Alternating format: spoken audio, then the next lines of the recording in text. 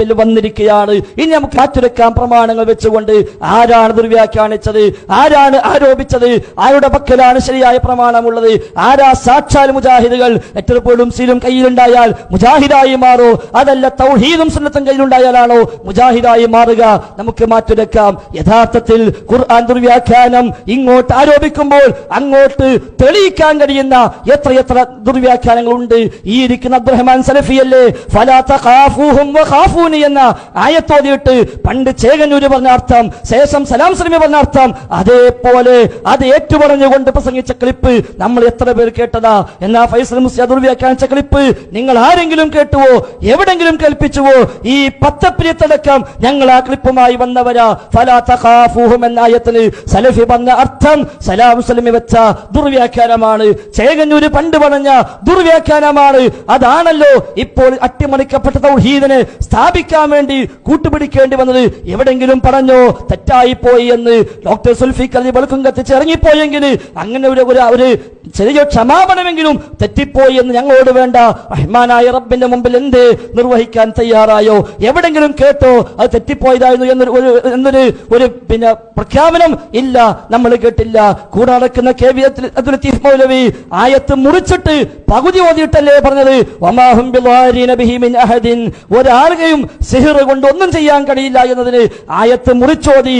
ഇല്ലാ ബിഇദ്നില്ലാ എന്ന ഭാഗം കട്ടുമുറിച്ചിട്ട് ആയത്ത് ദുർവ്യാഖ്യാനിച്ചില്ലേ?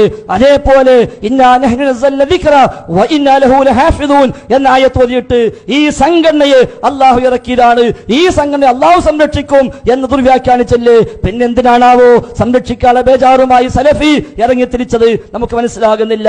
അതേപോലെ ബദറിലെ ആയത്ത് ഓതിയിട്ട് മലക്കുകൾ ഇറങ്ങുന്നുവെന്ന ആയത്തോതിയിട്ടാണല്ലോ നിങ്ങളെ കൂട്ടത്തിൽ ഇപ്പോഴും നടക്കുന്ന ഒരു ഫാറൂഖി പ്രസംഗിച്ചത്. അല്ലാഹുവിന്റെ റസൂൽ മലക്കോട് സഹായം തേടിയിട്ടുണ്ട്, എന്നാലും ജിന്നിനോട് തേടിയിട്ടില്ല എന്ന് പ്രഖ്യാപിച്ചില്ലേ? എത്ര ആയത്തുകൾ, എത്ര ഹദീസുകൾ അണിഞ്ഞെടുത്ത് വെച്ച് സംഘടിപ്പിച്ച ഒരു സമ്മേളനം, മുജാഹിദ് സമ്മേളനം എന്ന് പോസ്റ്ററിൽ കാണുന്നുവെങ്കിലും മുജാഹിദ് സമ്മേളനം കണ്ട ഒരാളും പറയില്ല ഇത് മുജാഹിദ് സമ്മേളനമാണ് എന്ന്. ആ സമ്മേളനത്തിന്റെ ഭാഗമായി പുറത്തിറക്കിയ സുവനീർ, ആ സുവനീറിൽ എത്ര ഹദീസുകളെയാണ് പച്ചയായി പരിഹസിച്ചത്, എത്ര ഹദീസുകളെയാണ് ദുർവ്യാഖ്യാനിച്ചത്. വൈകുന്നേരമായാൽ ജിന്നുകളെ വരവായി എന്ന് ഒരു മൗലവി തട്ടിവിട്ടുവെന്ന് അതിൽ എഴുതി വിട്ടിട്ട് ഏതെങ്കിലും ഈ മൗലവിമാര് പറഞ്ഞോ നിങ്ങൾ ആ പറഞ്ഞതാണ് തട്ടിവിടൽ, അത് പറയാൻ പാടില്ല, അത് ഹദീസാണ്, സ്ഥിരപ്പെട്ട കാര്യമാണ് എന്ന് എവിടെങ്കിലും പറഞ്ഞോ? ഇല്ലല്ലോ. അതേപോലെ സൂറത്തുൻ നിസായിലെ ആയത്ത് ദുർവ്യാഖ്യാനിച്ചു കൊടുത്തില്ലേ? എത്ര ഹദീസുകള്, എത്ര ആയത്തുകള് എവിടെയെല്ലാം പരിഹസിച്ചു. കൂടെ ഇപ്പോഴും ഉണ്ടെന്ന് പറയപ്പെടുന്ന എന്നാൽ എവിടെയും കാണുന്നില്ലാത്ത നിഅമത്തില്ലാത്തൊരു ഫാറൂഖി ഉണ്ടല്ലോ.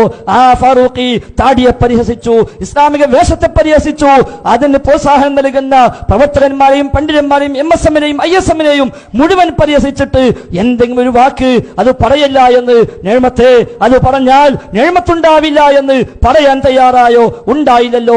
ആ കണ്ട മുഴുവൻ ദുർവ്യാഖ്യാനക്കാരെയും കൂടെ നടത്തി തന്റെ സ്വാർത്ഥത കാത്തു സൂക്ഷിക്കാൻ വേണ്ടി കരുവള്ളി പറഞ്ഞ ആ നേതൃത്വത്തെ നിശബ്ദമാക്കി സംഘടന ഹൈജാക്ക് ചെയ്ത് തന്റെ ലക്ഷ്യങ്ങൾ നേടാൻ ശ്രമിക്കുന്ന ഉപജാപക സംഘത്തിന് വേണ്ടി ഈ മുഴുവൻ ദുർവ്യാഖ്യാനക്കാരെയും ഈ മുഴുവൻ അഖ്ലാനികളെയും സാക്ഷാൽ മടവൂരികളെ പോലും കൂട്ടിപ്പിടിച്ചുകൊണ്ട് മുജാഹിദ് പ്രസ്ഥാനത്തിന്റെ ആളുകളെ നിങ്ങളാരും മുജാഹിദല്ല, നിങ്ങളൊക്കെ ജിന്നിന്റെ ആൾക്കാരാ, നിങ്ങളൊക്കെ ശൈത്താന്റെ ആൾക്കാരാ, നിങ്ങൾക്ക് ശിർക്കിലേക്ക് പോയി എന്ന് പറഞ്ഞ് ആക്രോശിച്ച് നടന്നാൽ അതൊക്കെ മുജാഹിദ് വിശ്വസിക്കുമെന്ന് സലഫി വിചാരിച്ചെങ്കിൽ സലഫി താങ്കളെ ഉപദേശിക്കാൻ ഇപ്പൊ അടുത്ത കാലങ്ങളിലായി കൂടെ കൂടിയവർ താങ്കളെ വഞ്ചിച്ചിരിക്കുന്നു. താങ്കൾ പഴയ അബ്ദുറഹ്മാൻ സലഫിയാകണം. അതെ, KNM-ന്റെ സെക്രട്ടറി ആയിരുന്ന ഒരു കാലമുണ്ടല്ലോ താങ്കൾക്ക്.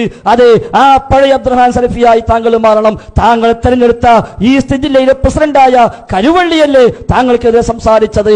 താങ്കളുമായി ഏറെ ബന്ധമുള്ള ഉത്തരവാദപ്പെട്ട എത്ര ആളുകൾ താങ്കൾക്കെതിരെ പരാതിയുമായി വന്നു. താങ്കൾ KKP-യുമായുള്ള ബന്ധം പുറത്തു കൊണ്ടുവന്നത് താങ്കളുടെ സ്വന്തം സഹോദരൻ KNM-ന്റെ സംസ്ഥാന കൗൺസിലർ കൂടിയായ ആളായിരുന്നുവല്ലോ. വല്ല പ്രതികരണവും ഉണ്ടായോ?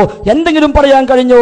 എന്നിട്ട് ഇതൊക്കെ പൊതുജനം അറിയാതിരിക്കാൻ വേണ്ടി ഒരു ദുർവ്യാഖ്യാന ആരോപണമാണത്രേ. ഫൈസൽ മുസ്ലിയാർ ദുർവ്യാഖ്യാനിച്ചുവെന്ന എന്തെല്ലാം പറഞ്ഞു എന്നെ കുറിച്ച് മമ്പുറം പൂജാരിയുടെ